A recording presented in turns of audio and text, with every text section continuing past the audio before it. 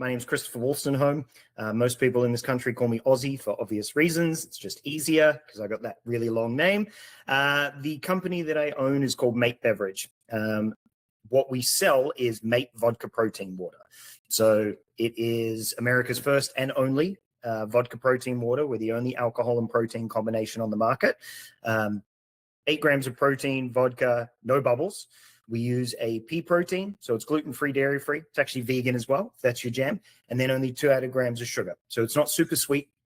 And then we do it in 4 flavors: peach, pineapple, watermelon, and lime and mint.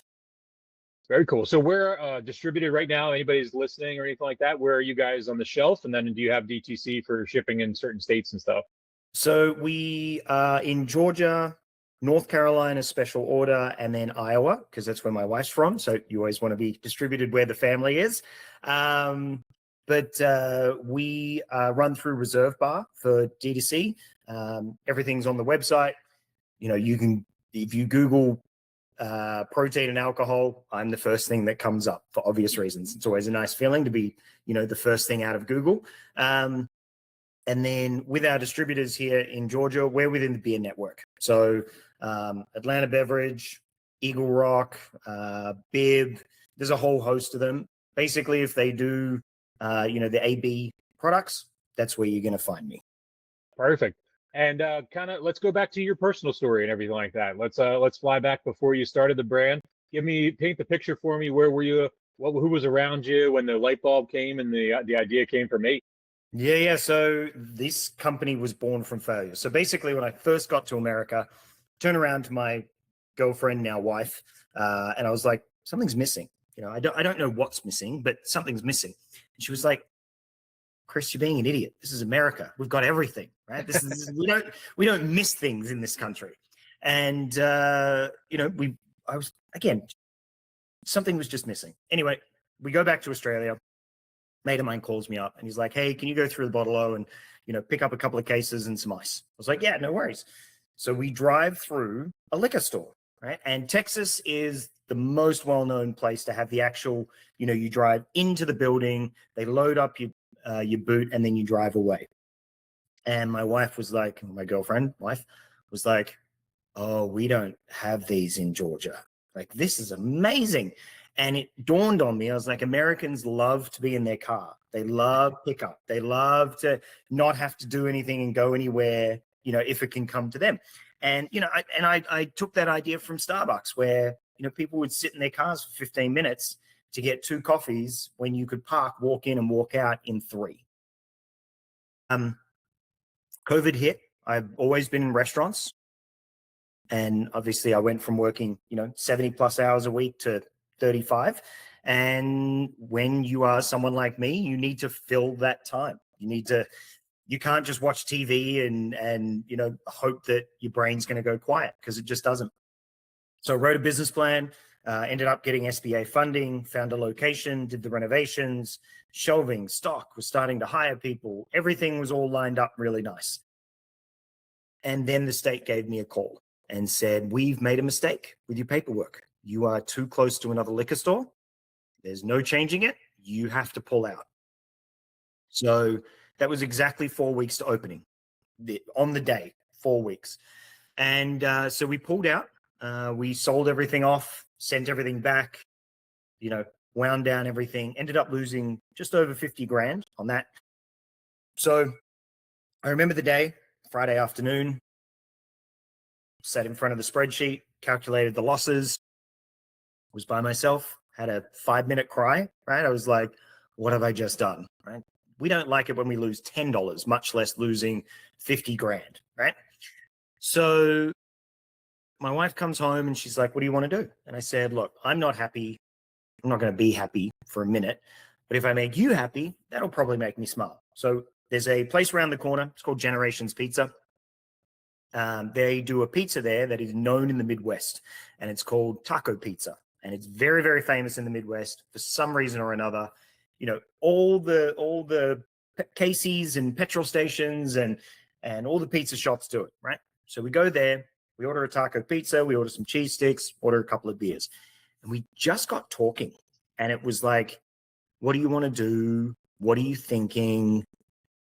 you're kind of in a great position to just restart, right? You don't need to recalibrate. We're fine financially. We're going to put this to the taxes. We'll get a bunch back, this, that, the next. And, the conversation just sort of got started, and I was like, well, I'd always wanted to bring one of my favorite beers from Australia here to the US. It's called VB. We were going to partner with a brewery here and kind of make as close to as we could like an Aussie lager, right? I was like, well, the beer industry is not really quite in the greatest of places right now. So why don't we look at, what is? And for me, it was RTDs. Had a big box of seltzers at the house. So I did a bunch of, because I was going to open a liquor store. So reps had given me a bunch of booze and just basically wrote down everything that I didn't like about them. But one of the conversations that we had while we were there is we were having a beer each, right? My wife's a Miller Lite girl. She was like, why can't I get protein in this? She's like, I can't drink 10 protein shakes. She's like, but I can drink 10 of these things.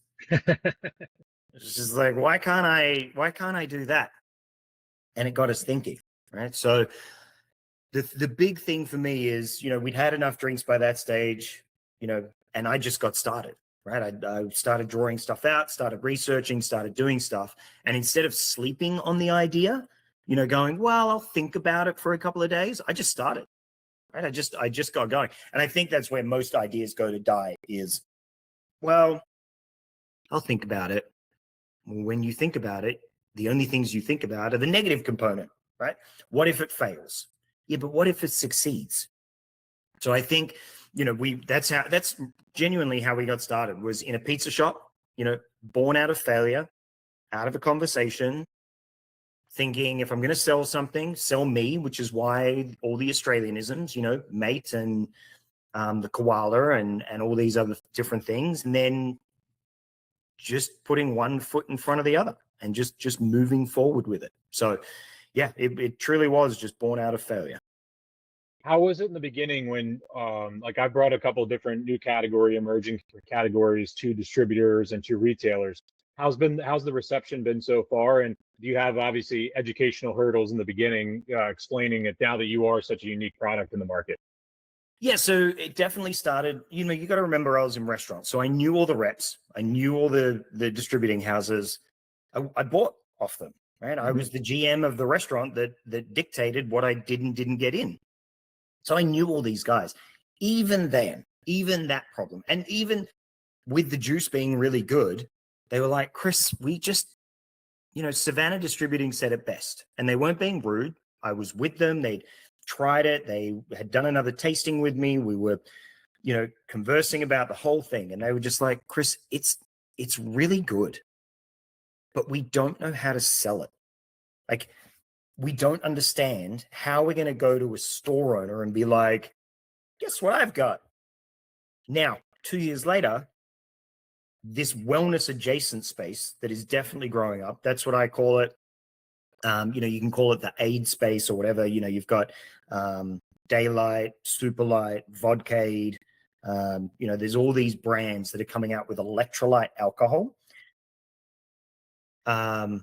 You, as the first person through the wall, right, you're going to take a couple of hits. And that's exactly what I was. I was the first guy through the wall, first guy to blend, a wellness product with alcohol. So yeah, it takes time. You need to learn to get around that. Once you get a distributor on board, great. Then make sure that you've got a couple of stores, right? And I tell everybody 10, right? Get 10. Whether they're on-premise, off-premise, get 10. Because you can do tastings in those 10 stores every couple of weeks so that they are constantly moving product, right? Don't try and go to 200 stores, go to 10, get 10 down. And that was basically what I did with the first store. Was they were like, yeah, you shop here, we know who you are, but FYI, if it doesn't sell, it's gone. We're still in there 2.5 years later. So it requires a lot of work on my side to generate, that, and I'm trying to find a card that the other thing I did was I got cards printed with Vistaprint outlining exactly what it was. Nice. So that if you came into the store and was like, I think my wife would really like that, I go, hey, take this card. When she goes, what the hell did you buy? You show her the card, right? And what happens is people put it on their fridge, and then a friend comes over and is like, what's that?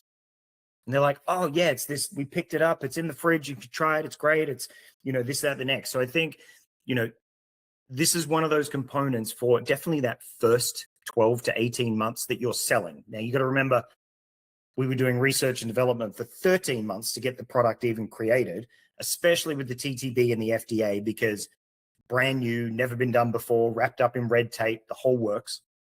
But then when you're training people, that first 18 months, it's all about education and achieving that next buy. And, now I did a table in Total Wine. We're not allowed to do tastings, wet tastings there here in Georgia, but we can do an informative table. The amount of people that walk past where a lady was like, I know you, my husband bought you, she met you in Canton. It's amazing. We've got it in the fridge right now. I'm so glad he got to try it and he stopped you. We think it's fantastic.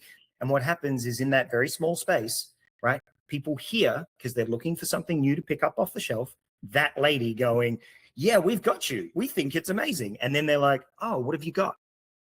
Right. So it takes that education time, and it's not fast. So you've just got to suck it up. I really respect and appreciate the way you just laid that out, because as somebody that's been in this business a long time, it doesn't matter what brand it is, it takes time. Right. And I think that the patience is something that newer founders that I interview on here, they are very frustrated in that first 12 to 18 months because they don't have the ROI that they wanted right off the bat. And it's hard sometimes to step back. They want to be hunters, but they don't realize they're actually farmers. Right. And that's that pivotal mindset and that pivot. Like I'm very relieved to hear what you just said. Like there's plenty of times where brands will come to me and they're like, I only have 25 accounts. I'm like, you have 25 accounts in your first 12 months? Like you should be working the hell out of those 25. If you have 25 accounts and they are buying and and you've got the staff behind it and they are openly, recommending it to people, and they are like all these things, that's winning. And I think people forget, like Gallo started High Noon. Okay. Gallo is a billion-dollar company, multi-billion-dollar company. High Noon didn't do anything exciting for 4 years. So you're telling me, as a founder who has a couple of $100,000, who's made a whatever drink, congratulations, I'm so happy for you. I wish whatever you're selling, the biggest of success. But you're telling me you've got a couple of $100,000 and you're annoyed that you're not nationwide yet, but Gallo, who has High Noon, who has billions of dollars at your disposal, they still took 4 years before any of it took off. Like that's what people need to see. And I'm not immune to it. I'm really not. Mm-hmm. Like I did a podcast recently with the Drink Up Boys, and one of the things that I said to them was, I'm kind of now following the playbook of Carbliss. Yep. Now, in my mind, I was he was one of the first guests on this show 4 years ago, yeah. So in my mind, because I'd heard about them, because obviously my wife's from the Midwest, so I'd heard about them years ago. But in my mind, I was like, and I wasn't even in market, right? We'd only just started research and development, right? So I'm way behind them. But in my mind, I was like, we're kind of side by side timeline wise. And then I realized they've been doing this for 9 years. I've been in market for 2.5. I am 4 times behind them in timeline. And it was like that. It was almost like a deep breath. Like I could let go. I was like, oh, maybe I'm not doing so badly. Maybe I'm okay. But I think what happens is people, because comparison's the thief of joy. but you try to compare yourself to something within the marketplace. And, I've had Carbliss. I've been in Iowa at Hawkeye games, and every third person has Carbliss in their hands. Congratulations. I think it's amazing that they've managed to do that kind of thing. But as an example, for them to get to, they're going to do whatever, 140 million this year, it took them almost a decade to get there. And you're complaining that you're not there in 18 months. Yep. I had him on a couple of years ago, and he literally that was when the beginning, when I think they were just up in the Midwest, and they had not yet gone over to the East Coast yet. And he very much said exactly that. He's like, because I had even said, I said, you think about Pennsylvania, Maryland, DC, all this stuff. He's like, we are going very methodical. Right. And it was one of those moments where a lot of times we're in these interviews and it's like, well, we're going regional. We just signed with this distributor. It's like, and you know exactly what I'm going to say is I spent many years in the distributor side of things. I represented 32 brands. And one of the things is, everybody gets excited the first month they're with the distributor, but they don't realize the work just began. Right. And I think I respect what you're doing, and I want to congratulate you on it, because that's the sustainable model. As somebody that's been in this a while, a lot of people get burned out mentally because they're doing that comparison. And you look at, even take an example in the RTD space. One would think, High Noon took 4 years to go here. One would also think that Sun Cruiser would be right behind it, being that it's Boston beer. Like, let's say that. But if you look at the numbers that just came out, it's not Boston beer and it's not Sun Cruiser that's running the RTD market. It's Stateside, which is this brand, and Surfside, which is this brand that just came out of nowhere years ago and just hit the market running. But they went heavy on education, went heavy on sampling, went heavy on events. They own venues in Pennsylvania, like where they sponsored entire venues. That's money that people don't realize. To be at the top, you got to do all these other things that don't even involve the shelf. Yeah. Yeah. And it's exactly what you just said. It's those ancillary ecosystem type things where it's like, you need to be on the billboard and on the radio, because it takes 17 million contacts to get that person to even see you on the shelf. Exactly right. And I think people forget, the guys behind Surfside, and they also have Superlight, I think. Yep. It's the light thing. They forget that their father has owned a vodka company for 2 decades before they even remotely came out with an RTD. Like, the timeline that people look at, they forget that it takes such a long period of time to be able to achieve anything in any way, shape, or form. And when you really dive into it, and when you really take a minute to look at how long some people have been doing stuff and how hard it was for them and how many mistakes they made in that first 12, 18, 24 months, then you realize, you're like, hang on a minute, maybe I'm not so far behind. Maybe I'm not, as bad at this as I thought. And I said this so there's a friend of mine. She reached out in the UK. She's coming out with an RTD, and she was like, do you mind if I get on a call and just quickly chat with you? I was like, she's like, I don't understand how to get this thing to market into a distributor to be able to get it into the stores. She's like, it's a really cool drink, but I just feel a bit lost. And I was like, make it very simple. Before you go to your distributor, have 5 on-premise and 5 off-premise locations around you that will say yes. We will get a case of each when it comes out for you. And then when they buy it, go and do tastings. When they buy it, go and drink it in the beer garden.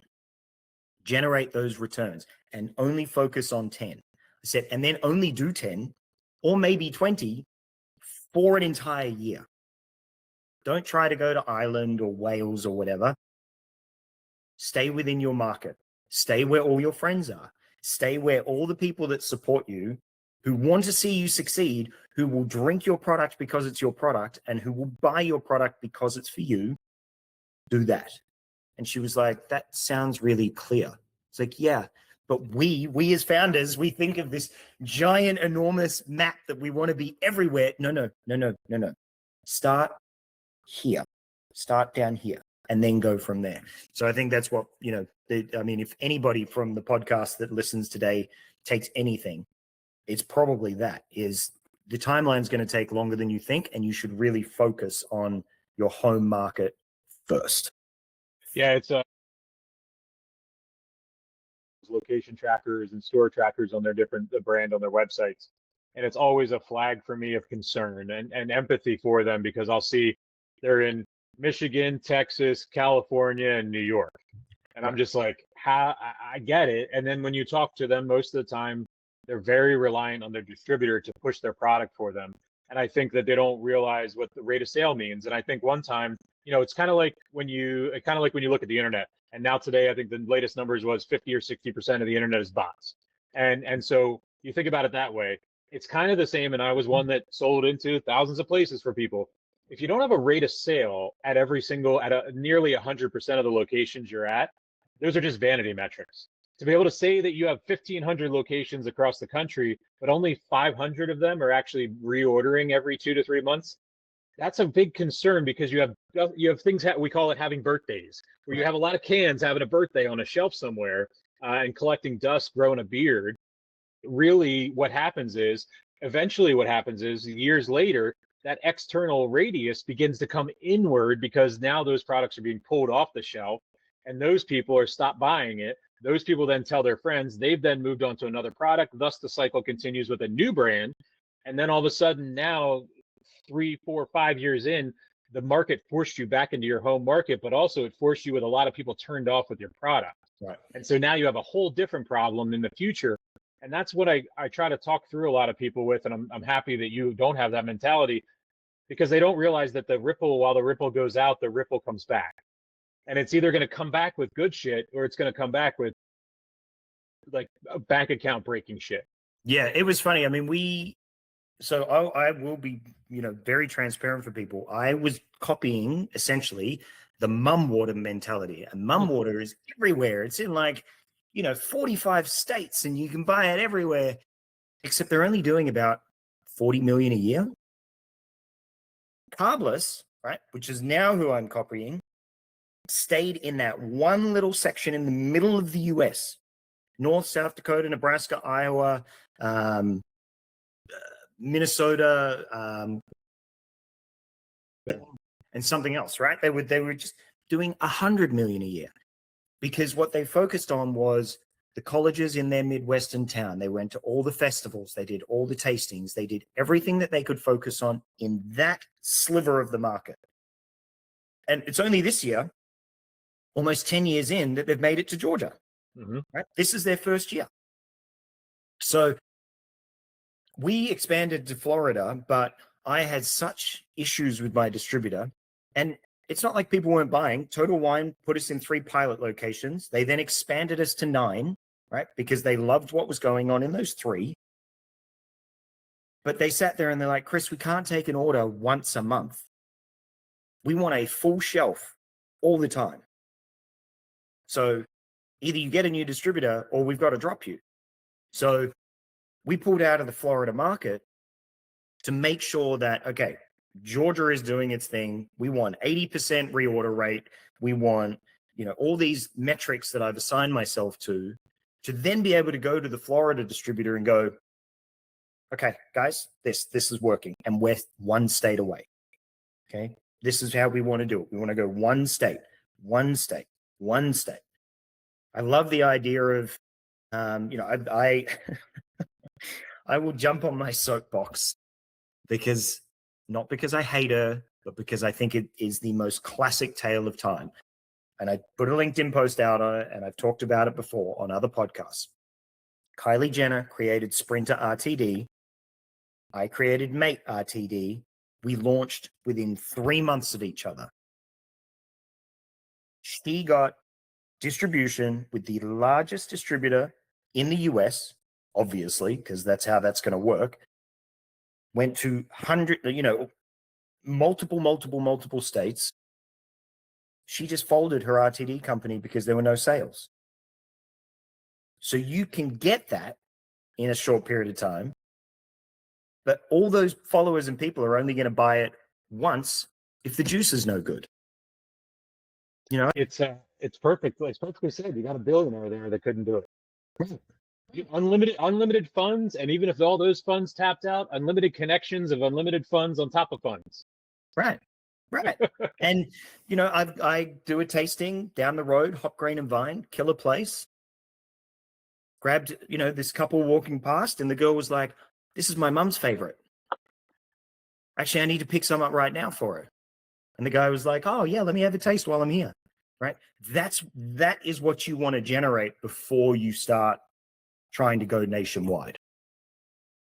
I want to talk to you a little bit about how important it is to engage with the consumers directly face to face. And I think it's I think that it's an under I think it's I'm going to call out some founders that it's the ego, it's the sitting behind the desk all day long. How important is it to you to do tastings and do things where you just said it exactly? I want to go back to what you're saying again, both the good and the bad, where you might get an idea of something you need to tweak or some way you need to present your messaging, and how valuable those interactions are with the direct consumers as well as the buyers and stuff like that. So I would tell every single founder, every single one, to do 3 tastings a week for 12 months. That's a great metric. Three tastings a week for 12 months. Because here's what's going to happen. You're going to learn what to say. You're going to learn what resonates with people to sell better. The first 2 months I did it, I despised it. I come from hospitality. I want to It's not always fun. It's not fun. I'm used to talking to people, and I still despised it. Okay. But you learn what pulls people over. You learn what to say when they get there. Okay. Then on top of that, you start to get recognized. So my stepdaughter goes to Georgia Tech. I was walking down the street, and a guy was like, and I'm in Georgia Tech gear. I'm in a blue shirt, a hat. I've got shorts on, like I'm just going to the football game. "You're the mate guy." "I am, yes." "Like, you're the mate guy." "I am. I met you here. We bought your drink.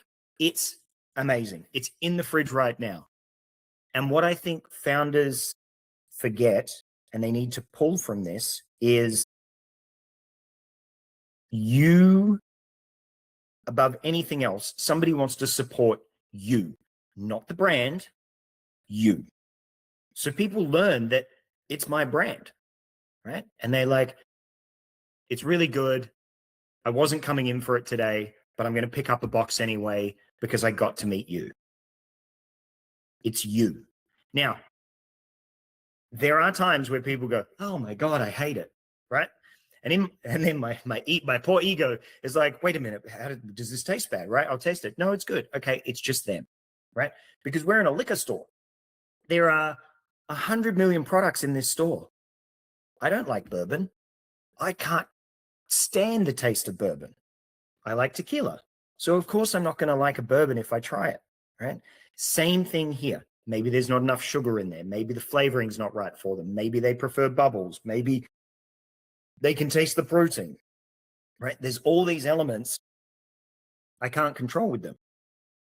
But then the very next lady is like, "I'm going to take 1 4-pack of each. I want to show all the girls at the pool," and then puts a story on Instagram and tags me going, "This is the best pool drink. This is going to be my summer drink," right? So you've got to be able to get out there.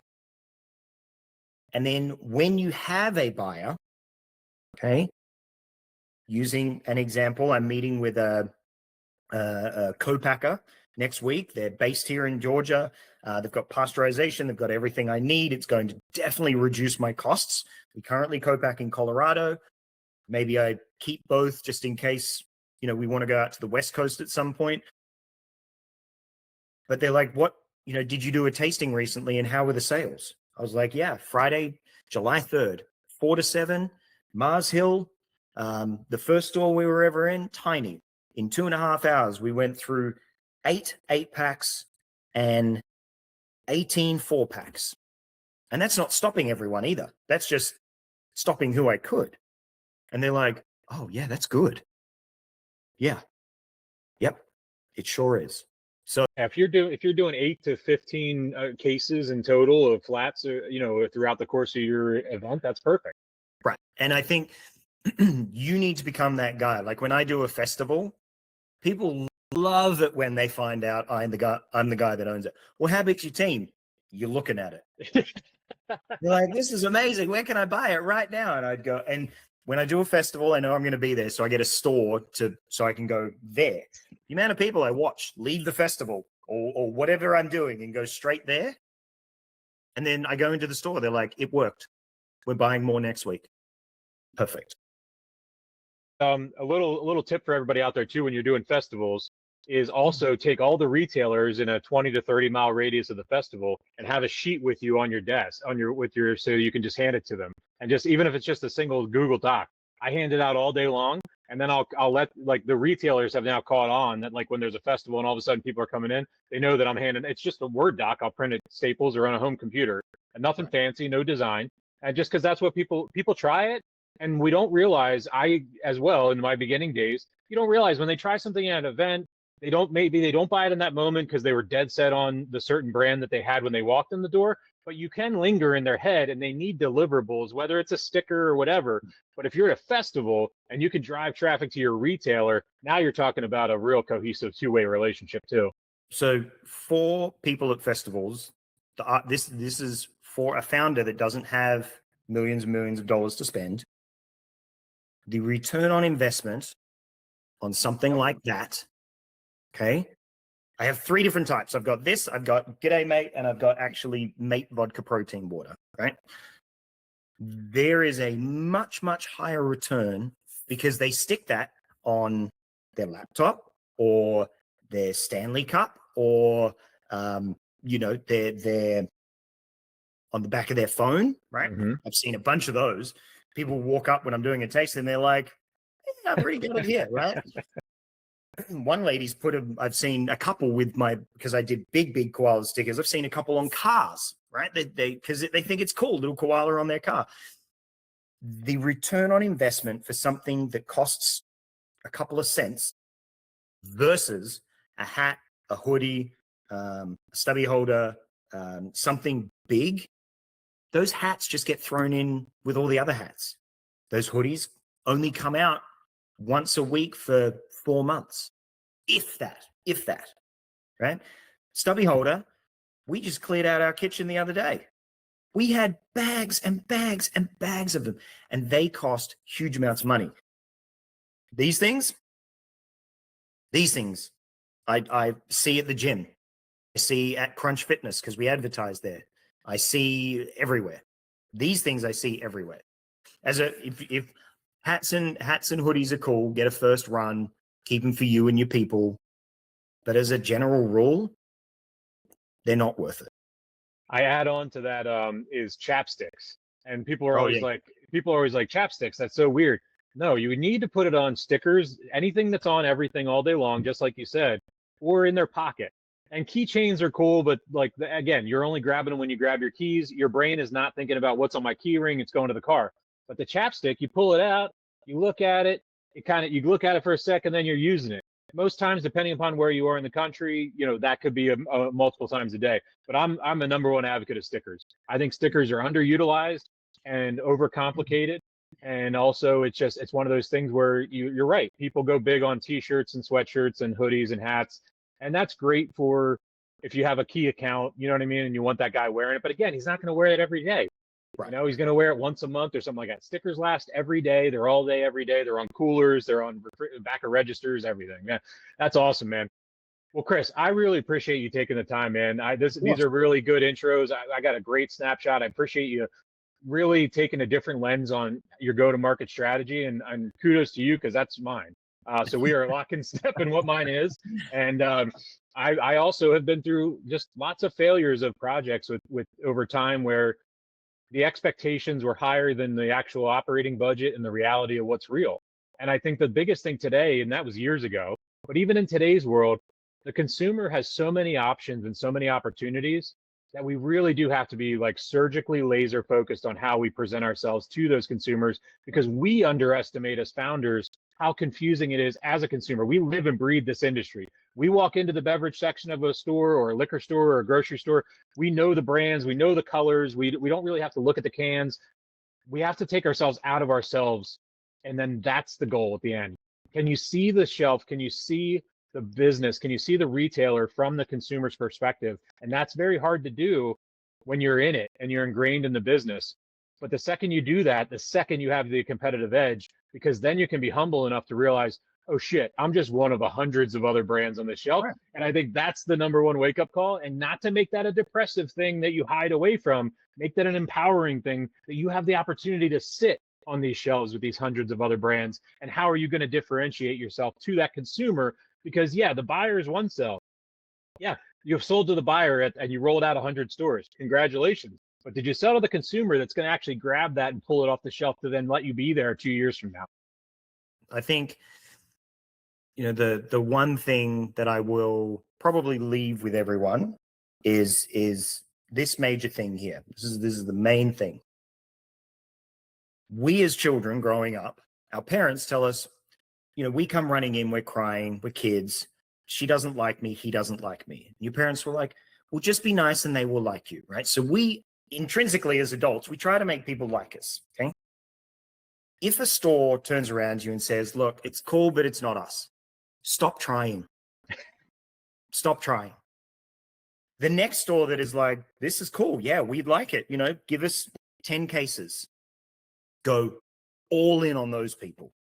Give them stickers, give them cards, give them hats, go all in on those people that just bought 10 cases, okay? Stop trying to make the person that doesn't want you like you, and focus on the people that do like you, okay? I don't justify it to people when they go, thanks for letting me try, but it's not really my thing. I don't try and get them to like it. I go, thanks for trying it. You had nothing to lose. I appreciate the feedback. That is probably the most important advice anybody could take, because I told you I've been doing this by myself for 18 years. I just learned that 2 years ago. There you go. I just learned it, and it has changed every piece of my life, my sanity, my mental health, everything. And it's not a F you because you don't like it and I don't take it personal. It's the abundance mindset of understanding there are thousands of retailers out there, but not thousands of retailers that are good for your brand. Right. And it has nothing to do with the retailer, because they're being honest with you. They're saying it's not right for us. It's not you are a piece of shit and you developed a crappy product. No, they're being honest with you. Those no's are honesty a lot of the time. Now, granted, sometimes people blow you off and stuff like that, and that's fine. And you might want to pursue those, but most of the time they're really saving you a lot of time. 100%, 100%. Just go all in on those that want to go all in with you. And you know what? If you only focus on those people that really go all in, the other stores that said no, they're going to start losing money for not having you in there, because people are going to go, do you have mate? No, we don't. Okay, I'll go buy it somewhere else. And they just leave. So they're going to start hearing, oh, we need to get mate. So the next time that person comes in the store, they're like, oh, by the way, we got mate for you. Oh, perfect. I'll buy some right now. That's that. If you do that as a founder, just focus on the people that want you. Everyone else will catch up. It's as simple as that. That's exactly it. Because if you're doing it right, they're gonna be chasing you. So it's, if they're not chasing you and they're not calling you, you're not doing something right. Exactly right. Exactly. Right. Perfect. Well, real quick, as we're closing out here, give everybody, social media handles, remind them of the website and everything like that, and where to find you. Yeah, absolutely. So social media, Mate Beverage, Mate Vodka Protein Water. We're on TikTok, Instagram, Facebook, that sort of thing. Drinkmatebeverage.com. That's our website. Very simple. It's got an outline of how we work. It's got the nutritional facts panel. It's got a map there. It's got ways to contact me if you want to chat to me about some stuff. And you can Google me, vodka protein, and it'll come up with me. It's work so hard. You're the first on the first page of Google, and that'll make you feel pretty good too. So if you want to follow me, I don't really post anything specifically about me these days because I'm obviously focused on the business. But you can find me under Chris Wolstenholme just make sure you choose me and not the bass player of the band Muse. So, because his name is also Christopher Wolstenholme. So go figure. That is wild. I have a pretty good last name, and I recently ran into somebody that has the same name as me, and it was a weird experience. That's for sure. Yeah. Yeah, you're like, wait a minute, are we related somehow? Is this? It ended up we were 2 or 3 degrees, I think. There you go. Still, yeah. There you go. Love it. But hey, I want to thank you for coming on, and more so than your story and your mission, I want to thank you for coming on with no script, no agenda. A lot of times I get rejections for reaching out to guests because they want to prep ahead of time. They want to have meetings. They want to know what's going to be said because they think it's going to be clickbait or anything like that. But I want to thank you for the blind trust, and the blind trust to have your story and to tell your story and to be able to put your story out there and help connect you with anybody. And I'm looking forward to a relationship with you. What you're going to find is after this, you're going to see me introducing you to all kinds of people that, hey, I think you'd be good for this, or hey, this person's interested in your product. So just thank you for coming on as a guest, and get ready to reap the rewards of all the referrals that have come through and industry stuff that comes out of it. So when people are vulnerable in the network receives it well. Yeah, absolutely. Hey, you just make sure you send me your address so I can at least get a sample box to you, and that way you can taste what it is that we've talked about. Excellent. I'll be fully transparent. I'm 3.5 years sober, but my girlfriend is my taste tester, so definitely send them. We have the same palate. Even better. I love it. I love it. I love it. Yeah, exactly. Yeah, we still sell alcohol all day long and have it in the car and everything like that. And it's part of. I never wanted to leave the industry, even when I quit drinking. It's an industry I love and I never want to get out of. So I'll close out with this for everybody. Everybody's heard this every week. It's a challenge: 5 minutes of kindness to a stranger every single week is what I'm asking every audience member, every founder that comes on. When you're walking down the street, put your phone in your pocket, look at the stranger as you're walking down the street, at the gas station, filling up your cup of coffee. Ask the person next to you how they're doing and actually shut your mouth and listen to their story. All right. Focus on somebody else for 5 minutes a week, 20 minutes a month. We talk about ROI in here all the time. If you spend 20 minutes a month with different strangers, the ripple effect that will occur, you might not always win. Some people might look at you like you're crazy. It's not about winning. It's about putting good shit out there, and eventually it'll come back to you. And it's not for yourself. It's because this world is a crazy, beautifully destructive place.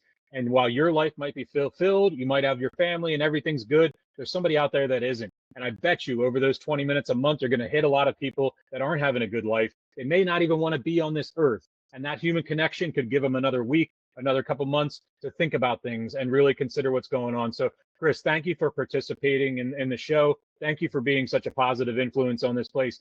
Because I know for a fact, being in this industry, your mission and your go-to-market strategy is unique. You're going to get a lot of people that are going to give you side eyes and everything like that, but keep your head on the grindstone. And I'll give credit to Adam and his wife and everything like that, because they were on here years ago as well. People thought he was crazy when he got on the show and started talking about it. And years ago he said it, and they stayed on that path, and look where it is now. So it's not a pipe dream, because it's the difference in a pipe dream and the reality is the hard work. It's the grit and the resilience of calling somebody 25 times before they finally call you back. Walking in the door 50 times before you actually sell one case. That's what this industry is. You might have flukes. This is to the audience, not to you. You could have these flukes where a distributor buys 15 pallets from you, and all of a sudden you got a $50,000, $100,000 day, and you're excited.